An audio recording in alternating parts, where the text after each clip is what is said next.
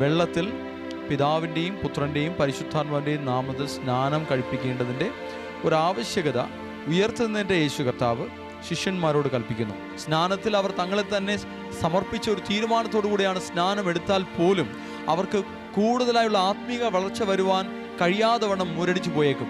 ഞാൻ ആത്മാവിൽ പുതുതായി ജനിക്കുകയാണ്, ഞാൻ വീണ്ടും ജനിക്കുകയാണ്. ശരീരത്തിൽ ഞാൻ ഈ ലോകത്തിൽ തന്നെ ഉണ്ടായിരിക്കുമ്പോഴും ആത്മാവിൽ ഞാൻ ദൈവരാജ്യത്തിൽ ജനിക്കുകയാണ്. ആത്മാവിൽ ഞാൻ ക്രിസ്തുവിനുള്ളിലാവുകയാണ്. ആത്മാവിൽ ഞാൻ ക്രിസ്തു ഇരിക്കുന്ന ഇടത്താവുകയാണ്. ആത്മാവിൽ ഞാൻ വീണ്ടും ജനനം പ്രാപിക്കുകയാണ്. ഇങ്ങനെയുള്ള ഒരു തിരിച്ചറിവ് നമുക്കുണ്ടാകട്ടെ. സ്നാനം എന്തിനാണ് സ്വീകരിക്കേണ്ടത്? യേശു കർത്താവും സ്നാനത്തെ അധികാരപ്പെടുത്തുന്ന കാഴ്ച കർത്താവിൻ്റെ ഉപദേശങ്ങളിൽ നമുക്ക് കാണാം. മത്തായി സുവിശേഷം 28-18 മുതൽ 20 വരെയുള്ള വാക്യത്തിൽ താൻ ഉയർത്തുന്നതിന് ശേഷം ശിഷ്യന്മാരോട് പറയുകയാണ്, ആകാശത്തിലും ഭൂമിയിലും സകല അധികാരവും എനിക്ക് നൽകപ്പെട്ടിരിക്കുന്നു. നിങ്ങൾ പുറപ്പെട്ടു പോയി പിതാവിൻ്റെയും പുത്രൻ്റെയും പരിശുദ്ധാത്മാവിൻ്റെയും നാമത്തിൽ സ്നാനം കഴിപ്പിച്ചും ഞാൻ നിങ്ങളോട് പ്രമാണിപ്പാണ്ടക്കവണ്ണം ഉപദേശിച്ചതൊക്കെയും പഠിപ്പിച്ചും കൊണ്ട് സകല ജാതികളെയും ശിഷ്യരാക്കിക്കൊള്ളുവിൻ എന്ന് പറയുകയാണ്. അപ്പോൾ വെള്ളത്തിൽ പിതാവിൻ്റെയും പുത്രൻ്റെയും പരിശുദ്ധാത്മാവിൻ്റെയും നാമത്തിൽ സ്നാനം കഴിപ്പിക്കേണ്ടതിൻ്റെ ഒരാവശ്യകത ഉയർത്തുന്നതിൻ്റെ യേശു കർത്താവ് ശിഷ്യന്മാരോട് കൽപ്പിക്കുന്നു. അതിൻ്റെ അർത്ഥം കർത്താവിൻ്റെ ഉപദേശത്തിൽ ധാരാളം ഉപദേശങ്ങൾ മാനസികമായി രൂപാന്തരം വരേണ്ടതും ജീവിതത്തിൽ നമ്മൾ പ്രയോഗിക്കേണ്ടുന്ന, ബന്ധങ്ങളിൽ പ്രയോഗിക്കേണ്ടുന്ന, പ്രവർത്തനങ്ങളിൽ പ്രയോഗിക്കേണ്ടുന്ന പല കാര്യങ്ങളും ഉൾപ്പെടുന്നു. പക്ഷേ ദൈവരാജ്യത്തിൻ്റെ ഉള്ളിൽ പ്രവേശിപ്പാണ്ടക്കവണ്ണം, ദൈവസഭയ്ക്കുള്ളിലേക്ക് പ്രവേശിക്കുവാണ്ടക്കവണ്ണം, ശിഷ്യത്വത്തിലേക്ക് പ്രവേശിപ്പാണ്ടക്കവണ്ണമുള്ള ഒരു ഉപാധിയായിട്ടാണ് സ്നാനത്തെ കർത്താവ് അവതരിപ്പിച്ചിരിക്കുന്നത്. തുടർന്ന് സ്നാനത്തെക്കുറിച്ച് കർത്താവ് മറ്റൊരു ഭാഗത്തിൽ പഠിപ്പിക്കുന്നൊരു കാഴ്ച കാണാം. യോഹന്നാൻ സുവിശേഷം 3-ാം അധ്യായം 3 മുതൽ 5 വരെയുള്ള വാക്യത്തിൽ യേശുവിൻ്റെ അടുക്കൽ ഒരു നിക്കോദമോസ് എന്ന ഒരു പള്ളിപ്രമാണി വരികയാണ്. അവൻ ഉപദേശകനാണ്, ധാരാളം പേർക്ക് ടീച്ചിങ് ചെയ്യുന്നവനാണ്, പഠിപ്പിക്കുന്നവനാണ്. യേശു കർത്താവിൻ്റെ അടുക്കൽ വന്ന് ചോദിക്കുകയാണ്, ദൈവരാജ്യത്തിൽ പ്രവേശിക്കുവാണ്ടക്കവണ്ണം ഞാൻ എന്തു ചെയ്യണം? അവൻ്റെയും ആവശ്യം ദൈവരാജ്യത്തിൽ പ്രവേശിക്കണം. കിങ്ഡം ഓഫ് ഗോഡ്, ദൈവരാജ്യം. കർത്താവ് പ്രസംഗിക്കുന്നതെല്ലാം ദൈവരാജ്യത്തെക്കുറിച്ചാണ്. ഈ പ്രമാണി യേശുവിൻ്റെ അടുക്കൽ വന്നപ്പോൾ കർത്താവിന് അവന് കൊടുക്കുവാൻ പറ്റിയ ഉപദേശമായി തോന്നിയത് സ്നാനത്തിൻ്റെ ഒരു ഉപദേശമാണ്. കർത്താവ് പറയുകയാണ്, സത്യമായി ഞാൻ നിങ്ങളോട് പറയുകയാണ്, വെള്ളത്തിലും ആത്മാവിലും ജനിച്ചില്ല എങ്കിൽ ദൈവരാജ്യത്തിൽ പ്രവേശിക്കുകയില്ല.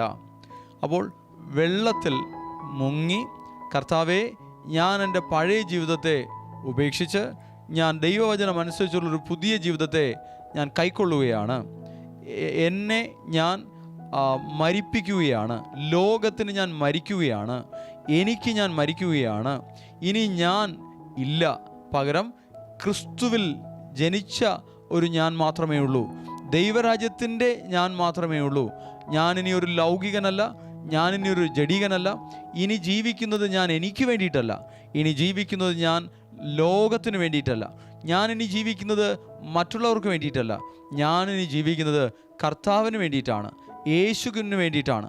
ഞാനിനി ജീവിക്കുന്നത് ദൈവരാജ്യത്തിലെ അനുഭവത്തിൽ നിന്നുകൊണ്ടാണ് എന്ന ഒരു സമർപ്പണത്തിലേക്ക് വരണമെന്നുള്ളതാണ് കർത്താവ് അവനോട് പഠിപ്പിക്കുന്നത്.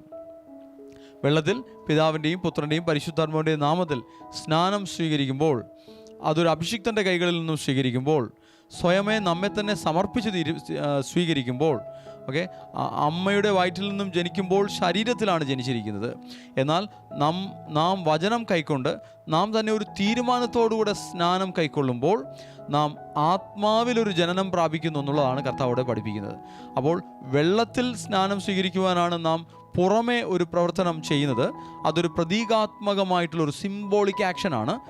പക്ഷേ ആത്മാവിൽ, ആത്മലോകത്തിൽ, ആത്മീക മണ്ഡലത്തിൽ ഒരു കാര്യം കൂടെ സംഭവിക്കുന്നുണ്ട്. ഒരു മനുഷ്യന് ദേഹം, ദേഹി, ആത്മാവുണ്ട്. അവൻ്റെ ശരീരമാണ് വെള്ളത്തിൽ മുങ്ങുന്നത്.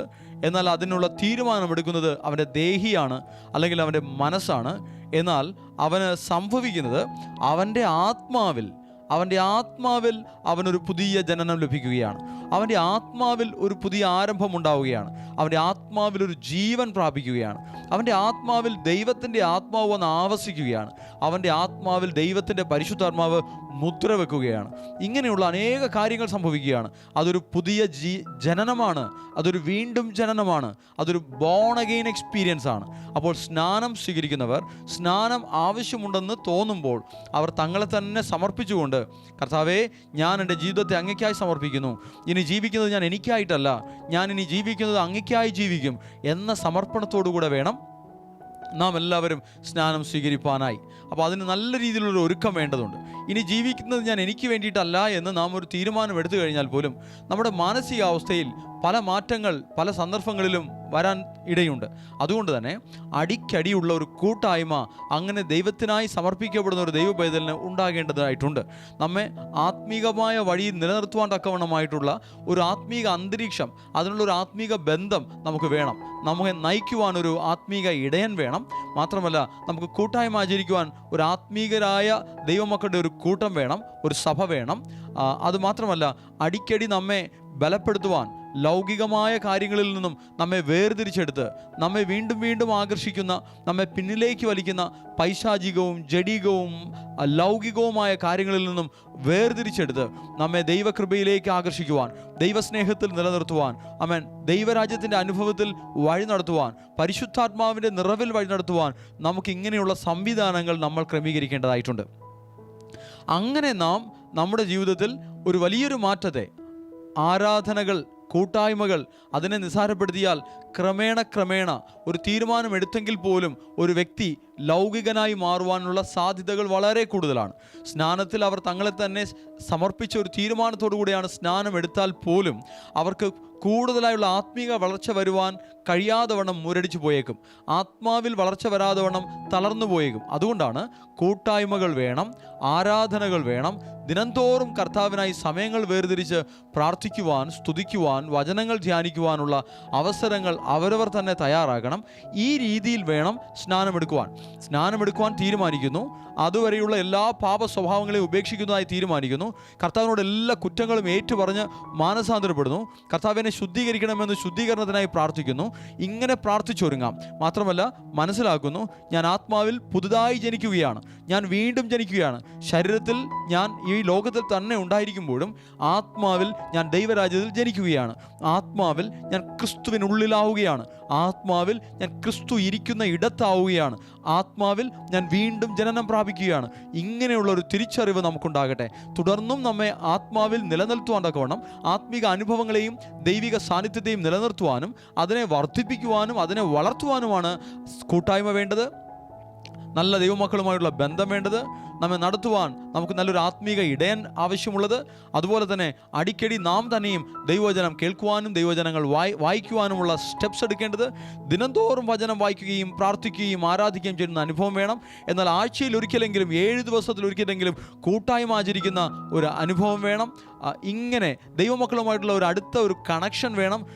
വചനത്തിൻ്റെ അടിസ്ഥാനത്തിൽ എല്ലാ കാര്യങ്ങളെയും വിവേചിച്ചറിയുവാൻ, തിരിച്ചറിയുവാൻ, വചനത്തിൻ്റെ വെളിച്ചത്തിൽ സ്വയം ക്രമീകരിക്കുവാൻ, നമ്മുടെ പ്രവർത്തനങ്ങളെ ക്രമീകരിക്കുവാൻ, ചുറ്റുപാടും കാണുന്ന കാര്യതകളെ തിരിച്ചറിയുവാൻ, ഇത് നല്ലതാണോ തീയതാണോ, നല്ല ഫലമാണോ മോശം ഫലമാണോ എന്നൊക്കെ തിരിച്ചറിയുവാൻ തൊക്കണം വചനത്തിൻ്റെ വെളിച്ചത്തിൽ അന്വേഷിക്കുന്ന ഒരു അന്വേഷണ ത്വര വേണം.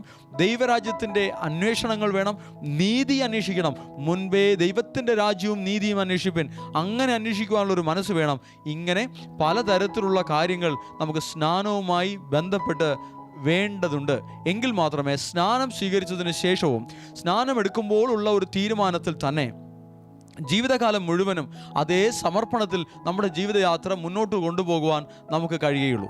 നമ്മുടെ ജീവിതയാത്രയിൽ ഒരിക്കലും നാം സമർപ്പണത്തിന് ശേഷം, നമ്മെ താഴ്ത്തി സമർപ്പിച്ചതിന് ശേഷം മറ്റൊരു വീഴ്ചയിലേക്ക്, അതായത് ആത്മീക ശോഷണത്തിലേക്ക്, അല്ലെങ്കിൽ ലൗകികനായി ജഡീകനായി മാറിപ്പോകുന്ന അവസ്ഥയിലേക്ക്, അല്ലെങ്കിൽ പിന്തിരിഞ്ഞ് ദൈവസ്നേഹം നഷ്ടപ്പെടുന്ന ഒരവസ്ഥയിലേക്ക് മാറിപ്പോകുവാൻ പാടില്ല.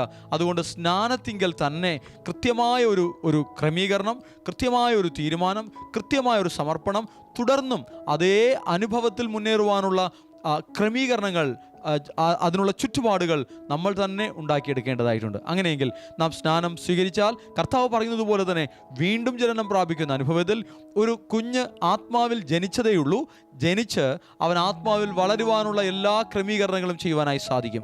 സ്നാനം സ്വീകരിച്ച് കർത്താവിനെ കൈക്കൊണ്ട് രക്ഷയുടെ അനുഭവത്തിൽ വന്ന് ഒരു രക്ഷിക്കപ്പെട്ട ദൈവപൈതൽ എന്ന അനുഭവത്തിലേക്ക് വന്ന് ദൈവരാജ്യത്തിലെ ഒരു ദൈവപൈതലായി തന്നെ ശോഭിപ്പാൻ നമുക്ക് കഴിയും. സ്നാനമുഖാന്തരം അതൊരു വലിയ വഴിത്തിരിവാണ്, ഒരു പുതിയ ആരംഭമാണ്, ഒരു വലിയ ടേണിംഗ് പോയിൻ്റാണ്, ഒരു സ്പിരിച്വാലിറ്റിയുടെ ആരംഭമാണ്, ഒരു ആത്മീയതയുടെ ആരംഭമാണ്.